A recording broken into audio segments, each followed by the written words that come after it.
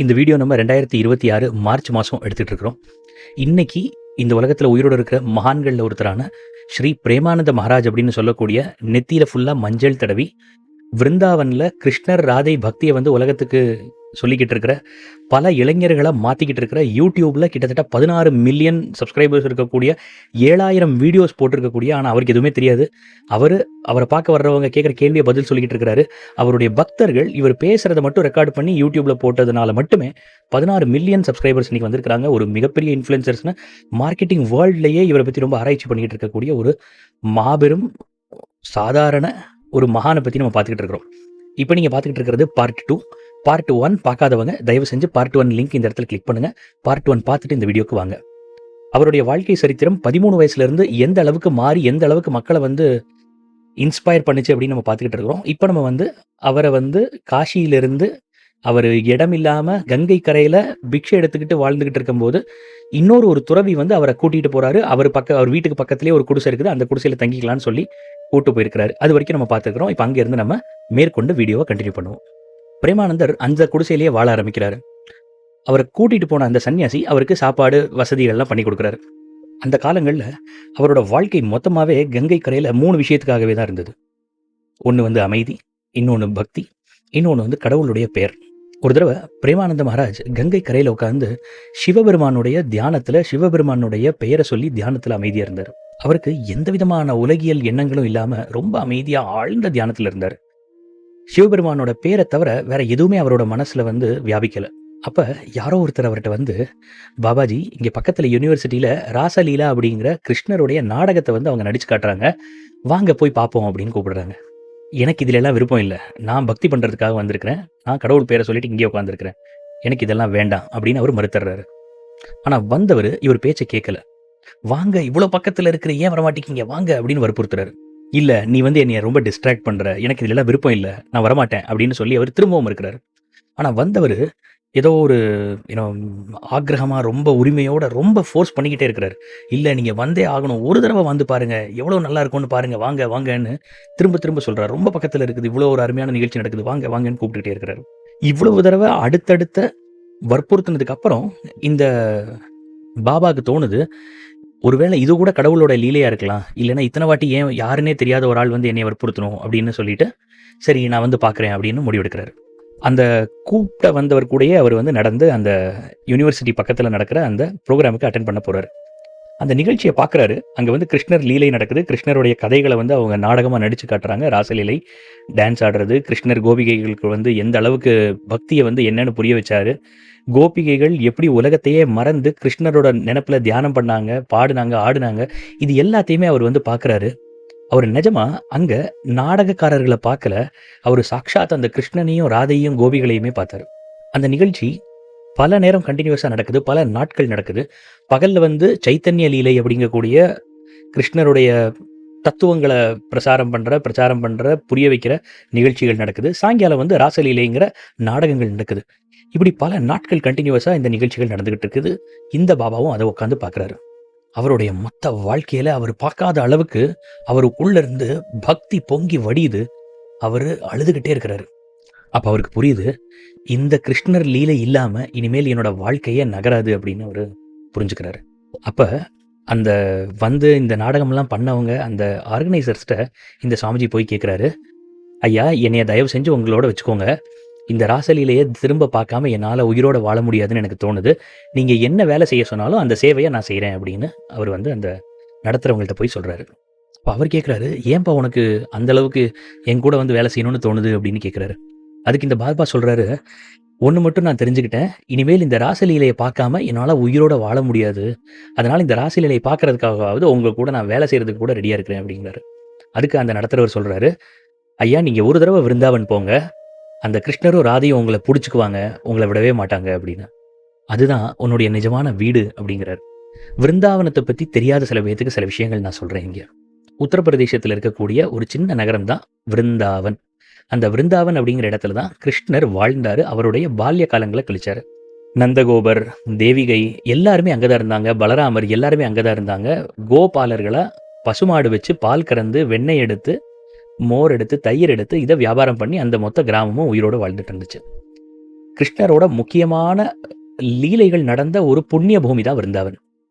அந்த விருந்தாவன்ல தான் கோபிகைகளும் ராதையும் கிருஷ்ணர் பின்னாடியே போய் கிருஷ்ணரோட தியானத்திலேயே இருந்து, கிருஷ்ணர் துவாரகைக்கு போனதுக்கு அப்புறமும், மதுராக்கு போனதுக்கு அப்புறமும், விருந்தாவனை விட்டு போனதுக்கு அப்புறமும், விருந்தாவன்லயே இருந்து கிருஷ்ணரோட நினைப்பிலேயே அவங்க தியானம் பண்ணாங்க, பாட்டு பாடினாங்க, வாழ்ந்தாங்க.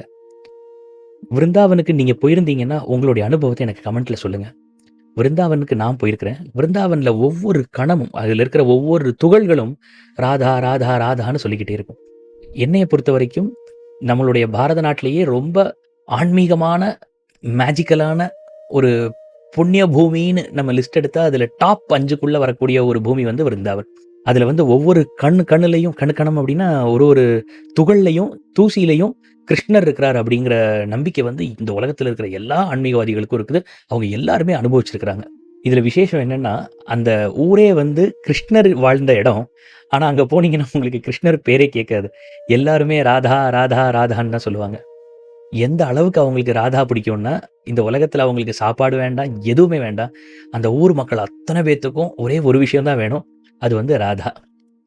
அந்த ஊரை பத்தி பேசினா பேசிக்கிட்டே இருக்கலாம். உங்களுக்கு அந்த ஊரை பத்தி தெரிஞ்சுக்கணும் அப்படின்னா எனக்கு கமெண்ட் பண்ணுங்க. நான் என்னுடைய அனுபவத்தையும், விருந்தாவனுடைய மகிமையும், விருந்தாவனில் இருக்கக்கூடிய ரகசியங்களையும் நான் உங்களுக்கு ஒரு புது காணொலியா நான் உங்களுக்கு போடுறதுக்கு முயற்சி பண்றேன். இப்ப நம்ம கதையை கண்டினியூ பண்ணுவோம். இந்த ராசலீலை, இந்த நாடகம் பார்த்தது அவரோட வாழ்க்கையை மொத்தமா மாத்திருச்சு. காசியிலிருந்து அவர் ட்ரெயின் ஏறி சித்திரக்கூட் அப்படிங்கிற ஒரு இடத்துக்கு போறாரு. அங்க 4 நாள் தங்குறாரு. அங்கிருந்து அவரு மதுரா போறாரு. மதுரால ஒரு கிரகஸ்தர் அவரோட வீட்டுல தங்குறதுக்காக இவர்கிட்ட ரொம்ப கெஞ்சுறாரு. அங்க மதுரால கிருஷ்ணர் கோயிலுக்கு போறாரு. அங்க கிருஷ்ணரை பார்த்த உடனே கதறி கதறி அழுகிறாரு. அப்ப இவருடைய பக்தியை பார்த்து, இவர் அழுகிறத பார்த்து ஒரு பக்தர் நிறைய பணத்தை வந்து இவர் கையில கொடுக்குறாரு, வச்சுக்கோங்க அப்படின்னு. அப்ப இவரு அதை மறுத்துறாரு. எனக்கு பணம் வேண்டாம் தம்பி, எனக்கு வந்து கடவுள் பேர் மட்டுமே போதும், எனக்கு அந்த கடவுள் பேர் இருக்கு, எனக்கு எதுவுமே வேண்டாம், கொடுக்காது அப்படிங்கிறாரு. ஆனா அவர் திரும்ப கேட்கிறாரு, ஏதாவது உதவி நான் உங்களுக்கு செய்யணும், ஏதாவது ஒரு சேவை பண்றதுக்கு ஒரு வாய்ப்பு கொடுங்க, என்ன பண்ணணும் சொல்லுங்கிறாரு. அப்படி ரொம்ப கேட்டதுக்கு அப்புறம் இவர் சொல்றாரு, தம்பி நான் விருந்தாவன் போகணும்னு ஆசைப்படுறேன்ப்பா அப்படின்னு. அப்ப விருந்தாவன்ல எங்க உங்களை கூட்டு போகணும் அப்படிங்கிறாரு. அப்ப பிரேமானந்த மகாராஜ் சொல்றாரு, என்னை வந்து ராமன் ரேத்தி அப்படிங்கிற ஒரு இடத்துக்கு கூட்டு போயிருப்பா அப்படின்னு. உங்களுக்கு ராமன் ரேத்தி அப்படின்னா என்னன்னு சொல்றேன். ராமன் ரேத்திங்கிறது மணல் நிறைந்த ஒரு பகுதி, ரொம்ப சாஃப்டா இருக்கக்கூடிய மணல் இருக்கிற ஒரு இடம். அங்கதான் வந்து கிருஷ்ணருடைய பால்ய காலத்துல விளையாண்டு இருக்கிறாங்க. அந்த இடத்துல யாருமே செருப்பு போட மாட்டாங்க. அந்த இடத்துல வந்து நடந்து போவாங்க, அந்த இடத்துல உருளுவாங்க, அந்த இடத்துல வந்து ரொம்ப பக்தர்கள் சேருவாங்க. ரொம்ப அருமையான ஒரு பிரம்மாண்டமான ஒரு அழகான இடம். அந்த இடத்த பார்த்த உடனேயே பிரேமானந்த மகாராஜுக்கு பக்தி அப்படியே ஊக்கி வருது. அந்த நொடியிலேயே அவர் முடிவு பண்றாரு, நான் இனிமேல் இங்கேதான் இருக்க போறேன், இதுதான் என்னுடைய நிஜமான விருந்தாவன் அப்படின்னு. சில ஆண்டுகள் அங்கேயே இருக்கிறாரு. அவர் தியானம் பண்றாரு, கீர்த்தனை பண்றாரு, ஜபம் பண்றாரு. அவருடைய யோக வாழ்க்கைய அங்க தினம் பிரதிதினம் ஒவ்வொரு நாளும் இடைவிடாது பண்ணிக்கிட்டே இருக்கிறாரு. ஆனா கொஞ்சம் கொஞ்சமா விருந்தாவனுக்கு கூட்டம் கூட ஆரம்பிச்சது.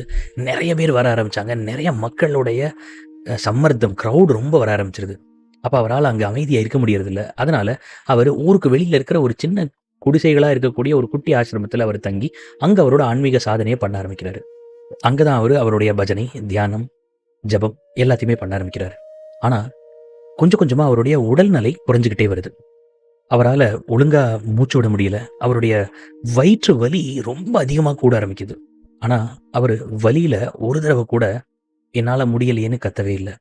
அவருடைய மொத்த வாழ்க்கைய கடவுளுக்கு அர்ப்பணிச்சுட்டு எந்த விதமான ஒரு அட்டாச்மெண்ட்டும் இல்லாம அந்த வலியை அனுபவிக்கிறாரு. அவரை ஹாஸ்பிட்டல்ல அட்மிட் பண்றாங்க. அப்பதான் அவங்களுக்கு தெரியுது அவரோட 2 கிட்னியுமே ஃபெயில் ஆயிருச்சு அப்படின்னு. அப்ப டாக்டர் சொல்றாங்க, சாமி இனிமேல் வந்து கடவுளால தான் உங்களை காப்பாற்ற முடியும் அப்படின்னு. அப்ப அவர் சிரிச்சுக்கிட்டே சொன்னாரா, டாக்டர் சாப் நானும் அதை தான் சொல்றேன். இன்னைக்கு இல்ல, எப்பயுமே இந்த உடம்பு கடவுளுக்கு தான் அடிமை. கடவுள் தான் முடிவு பண்ணணும் எனக்கு என்ன ஆகணும்னு அப்படின்னு. உடம்பு தான் அவரை கைவிட்டாலும் அவருக்குள்ள இருக்கக்கூடிய அந்த பக்தி அதே அளவுக்கு தான் இருந்துச்சு. அவர் எந்த விதமான தடங்களும் இல்லாம தொடர்ந்து பக்தி பண்ணிக்கிட்டே இருந்தாரு. அந்த குட்டி ஆசிரமத்துல அவரால் முடிஞ்ச அளவுக்கு அவருடைய தியானம், ஜபம், சாதனைகளை தொடர்ந்து பண்ணிக்கிட்டு இருந்தாரு. ஆனா ஒரு நாள் ஒரு மிகப்பெரிய பரீட்சை வச்சாங்க கடவுள் அவருக்கு. அப்ப அந்த ஆசிரமத்தில் இருக்கிறவங்க வந்து சொல்றாங்க, சாமி ஒரு 15 நாளைக்குள்ள இந்த ஆசிரமத்தை காலி பண்ணிருங்க அப்படின்னு. ஏன்னா அவங்களுக்கு தெரிஞ்சிருச்சு இவருக்கு வந்து 2 கிட்னி ஃபெயிலியர் ஆயிருச்சு, இனிமேல் இவர் இங்க இருந்தா நமக்கு பாரமா இருக்கும் அப்படின்னு. அப்ப அவர் சொல்றாரு, தம்பி நான் இந்த சிச்சுவேஷன்ல நான் எங்கப்பா போவேன், என் உடம்பு ரொம்ப முடியல, எனக்கு இப்ப ரோட்ல போய் தங்குறதுன்னா அது எப்படி முடியும் அப்படிங்கிற மாதிரி கேட்கிறாரு. ஆனா அவங்க அதுக்கு எந்த விதமான ஒரு பதிலும் சொல்லாம, உங்களுக்கு 15 நாள் டைம். 15 நாள்ல இந்த இடத்த காலி பண்ணிருங்க அப்படின்னு சொல்றாங்க. எல்லாமே கடவுளோட லீலைன்னு அவரோட வாழ்க்கையவே அர்ப்பணிச்சவருக்கு, இது ஒரு மிகப்பெரிய கஷ்டமா தெரியல. சிரிச்சுக்கிட்டே, "சரிப்பா, அப்புறம் எதுக்கு 15 நாள்? நான் இன்னும் 15 நிமிஷத்துல கிளம்பிர்றேன்" அப்படின்னு சொல்லி 15 நிமிஷத்துல 0 பேக் டூ 0 இருக்கிற இடம் கூட இல்லாம, அவரு நடுத்தெருவுல அவரோட பைய தூக்கிட்டு வெளிய கிளம்பிட்டாரு. 15 நிமிஷத்துல அவருடைய கமண்டலம், அவரோட ஜொல்னா பை, வாயில கடவுளுடைய பெயர், இந்த 3 மட்டும் வச்சுட்டு அவர் கிளம்பிட்டாரு. அவர் வெளியில என்ன செய்யன்னு தெரியாம நடுத்தெருவுல போய் உட்கார்ந்திருக்கிறாரு. அப்படி யோசிச்சுட்டு இருக்கும்போது, ஒரு குட்டி அழகான குழந்தை சிவப்பு கலர், மஞ்ச கலர் உடையில பாவாடை போட்டுக்கிட்டு இவர்ட்ட வந்து விளையாடுது. இவருக்கு ரொம்ப ஆச்சரியமா இருக்கு. எப்படி இவ்ளோ சின்ன குழந்தை தனியா ரோட்ல விளையாண்டுகிட்டு இருக்கு அப்படின்னு. இவர்ட்ட வந்து நெறைய வாட்டி விளையாடுது, இவர தொடுது, இவர் மடியில உட்காருது, விளையாடுது, திரும்ப ஓடுது, திரும்ப வருது. இப்படியே நடந்துகிட்டு இருக்கு. கொஞ்ச நேரம் கழிச்சு திரும்பி பார்க்குறாரு, அந்த குழந்தையவே காணோம். அப்ப கொஞ்ச நேரம் கழிச்சு அவரு படுத்திருக்கும்போது ஒரு துறவி வர்றாரு. அவர் வந்து இவர எழுப்புறாரு. "சாமி, நீங்க ஏன் இங்க தனியா படுத்திருக்கிறீங்க தரையில?" அப்படின்னு கேட்குறாரு. அப்ப இவர் சொல்றாரு, "எனக்கு இருக்கிற இடம் கிடையாது. அதனால நான் இந்த தரைய தான் வந்து நான் என் வீடா பார்த்து இப்ப நான் இங்க படுத்திருக்கிறேன்" அப்படிங்கிறாரு. அப்ப அவர் சொல்றாரு, "வாங்க, என்னோட குடிசையிலேயே வந்து நீங்களும் தங்கிக்கலாம்" அப்படின்னு கூப்பிடுறாரு. அப்ப இவர் வந்து அந்த கூப்பிட்ட சன்னியாசிட்ட ஒரு கேள்வி கேட்குறாரு. "சாமி, அ இங்க ஏதாவது குட்டி குழந்தை, பெண் குழந்தை இருக்குதுங்களா? இங்க ஏதாவது பக்கத்து வீட்ல?" அப்படின்னு கேட்குறாரு. அப்ப அவர் சொல்றாரு, "இல்லங்க, இங்க வந்து கிரகஸ்தர்கள் யாருமே இல்ல. இங்க வெறும் சாதுக்கள் தான் நாங்க தங்கியிருக்கிறோம். இங்க இந்த மாதிரி எந்த குழந்தையும் கிடையாது" அப்படின்னு அவங்க சொல்றாங்க. அப்பதான் அவருக்கு புரியுது, வந்தது ராதாராணி தான் அப்படின்னு. ராதா அம்மா தான் இவருக்கு வந்து காட்சி குடுத்துருக்காங்க. இவர வந்து சமாதானப்படுத்தியிருக்கிறாங்க அப்படிங்கிறது அவருக்கு அப்பதான் புரியுது. அவரு ரொம்ப சந்தோஷமா எந்திரிச்சு, கடவுள்ட்ட நன்றி சொல்லி, யாரு 13 வயசுல அவர வந்து, "நான் உனக்கு இருக்கிறேன்" அப்படின்னு தயிர் குடுக்க வச்சாரோ, அவரே இன்னைக்கு அவருக்கு வீடும் குடுக்குறாரு. நன்றி சொல்லிட்டு அவரு அந்த குடிசைய நோக்கி போறாரு. எப்படி நம்ம திருவண்ணாமலை பரிக்கிரமம் போவோமோ, கிரிவலம் பண்ணுவோமோ, அதே மாரி அந்த விருந்தாவனத்தையுமே வந்து சுத்தி வருவாங்க. எப்படி சுத்தி வருவாங்கன்னா, தண்டமா விழுந்து ஒரு கல்ல வச்சு இப்படி விழுந்து, விழுந்து, விழுந்து மொத்த கிரிவலமும், அந்த மொத்த விருந்தாவனத்தையும் சுத்தி வருவாங்க. அந்த மாதிரி இவருமே வந்து விருந்தாவன சுத்தி வராரு. அப்படி சுத்தி வரம்போது, அவர் ஒரு கோயில் பக்கத்துல ஒரு பெண் குழந்தை வந்து ஒரு பாட்டு பாடுற, பஜன் பாடுற ஒரு வாய்ப்பு அது நடக்குது. அத கேட்கிறாரு. அவருக்கு கேட்ட உடனே, அவருடைய வாழ்க்கையில ஒரு குட்டி குழந்தை வந்து பாடுன அந்த பாடல்கள் ஞாபகம் வருது. இந்த பாடல் வந்து ராதாராணி என்ட்ட தரிசனம் குடுக்கும்போது பாடுன பாட்டு அப்படிங்கிறத அவரு புரிஞ்சுக்கிறாரு. அப்ப அந்த குழந்தைட்ட போய் அவரு கேட்கிறாரு, "தங்கம், இந்த பாட்டு வந்து உங்களுக்கு யார் சொல்லிக் குடுத்தாங்க? எங்கேருந்து கத்துக்கிட்டீங்கன்னு?" அப்ப அந்த குட்டி பொண்ணு சொல்லுது, "சாமி, இது வந்து வெறும் பாட்டு இல்ல. இந்த பாட்டோட ஆழத்த நீங்க புரிஞ்சுக்கணும்னா, நீங்க வந்து ராதா வல்லப் அப்படிங்கிற ஒரு கோயிலுக்கு போணும்" அப்படின்னு அந்த பொண்ணு சொல்லுது. பல வருஷத்தோட தவத்தினாலயும், பல வருஷத்தோடைய தியாகத்தினாலயும் அவருக்கு ராதா வல்லப கோயிலுக்கு போறதுக்கான அந்த வாய்ப்பு கிடைக்குது. அவர் அந்த ராதா வல்லப கோயிலுக்குள்ள நுழையிறாரு. அவரோட வாழ்க்கையோடைய அடுத்த ஒரு முக்கியமான கட்டம் அங்க நடக்குது. எப்ப அவரு ராதா வல்லபர போய் பார்க்க போறாரோ, அந்த நொடி தன்னையே அறியாம அவரு கதறி கதறி அழுக ஆரம்பிக்கிறாரு. அவர் பார்த்தது அங்க 2 சிலைகள் அல்ல. அவர் பார்த்தது சாக்ஷாத் ராதையையும், கிருஷ்ணரையும். அந்த ராதா வல்லபர் கோயில்ல இருக்கக்கூடிய ஹித் மோஹித் மகாராஜ் அப்படிங்கிறவரு, சரணாகதி மந்திரம் அப்படிங்கிற ஒரு மந்திர தீட்சைய பிரேமானந்த மகாராஜுக்கு குடுக்குறாரு. அந்த நொடியில அவர் ஆழமா அவருக்குள்ள இருக்கிற அந்த பக்தி பெருங்கடல் பொங்கி வெளிய ஆரம்பிக்குது. மனம் ரொம்ப அமைதியா இருக்குது. அந்த தீட்சையினால அவருடைய ஆன்மீக தேடல் ஒரு கட்டத்த அடையுது. இந்த தீட்சைக்கு அப்புறம் பிரேமானந்த் மகாராஜ் அவருடைய குருவான கௌராங்கி மகாராஜ சந்திக்கிறாரு. அங்க கௌராங்கி மகாராஜ்ட்ட அவருக்கு ராதா வல்லபி பரம்பராவோட பூர்ண தீட்சை வாங்குறாரு. பஜன், கீர்த்தன், ஜபம் இப்படின்னு அவரோட வாழ்க்கை மொத்தமா லயமாகுது. இன்னைக்கு இந்த பிரேமானந்த மகாராஜ தான் மொத்த விருந்தாவனமே உயிரோட நடமாடிக்கிட்டு இருக்கிற ராதை அப்படின்னு ரொம்ப பாசமா கூப்பிடுறாங்க. அவருடைய பேச்சு, அவருடைய பதில்கள், அவருடைய உருவம், இது இன்னைக்கு கோடிக்கணக்கான இளைஞர்களுக்கு அவங்களுக்குள்ள இருக்கக்கூடிய பக்திய தூண்டி அவங்க வாழ்க்கைய சரியான பாதையில கொண்டு போறதுக்கு உதவுது. இன்னைக்கு அவர்ட்ட வர்ற எல்லாத்துக்குமே கிடைக்கக்கூடிய ஒரு ஆழமான ஒரு நம்பிக்கை என்னன்னா, கடவுள் அடையறதுக்கு, ஆழமான மன அமைதி அடையறதுக்கு ரொம்ப சுலபமான ஒரு உபாயம், ஒரு வழி அப்படின்னா அது பக்தி. அந்த பக்தியோட பேரு தான் ராதா.